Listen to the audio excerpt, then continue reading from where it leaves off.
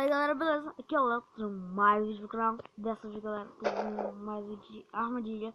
Bom, eu ia postar o terceiro episódio, só que eu fui o burro e apaguei. E agora eu vou mostrar o terceiro episódio de verdade, né? Agora eu vou sair daqui para terceira pessoa. E galera, tem duas armadilhas aqui. Eu vou mostrar essa daqui pra vocês. Bem fácil de fazer, eu vou mostrar aqui como faz, se não parar de gravar, né?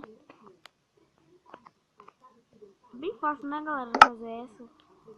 Pega aqui, ó, aqui, e o bloco de redstone.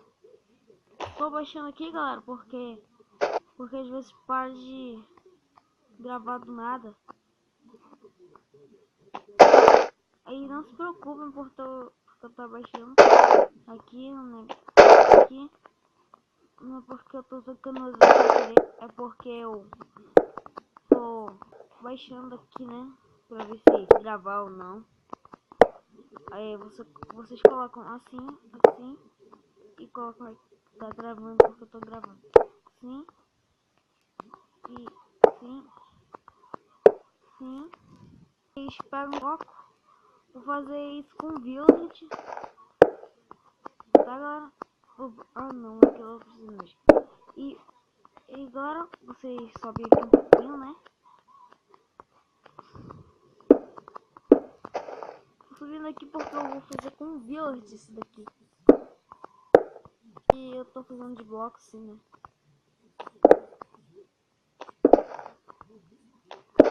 No vídeo que eu vi esse daqui era com cerca, mas eu prefiro fazer com bloco.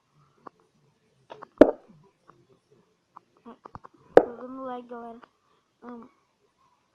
Agora não tá parando de gravar. Ontem tava. Agora vai sair mais um vídeo aqui, 8h30 aqui no canal. Vai sair 8h30 aqui mais um Clash. Que é Clash of Clans, um joguinho. Eu vou fazer uma guerra. E pronto. Aqui galera, a armadilha. Essa não é uma armadilha, é pra vocês sobreviverem. Essa armadilha aqui. Ai, tô dando lag, galera. Aqui ó, peraí, deixa eu colocar aqui. Eles vêm aqui, pegam um carrinho, peguei a bússola. Opa, tô dando lag, galera, desculpa.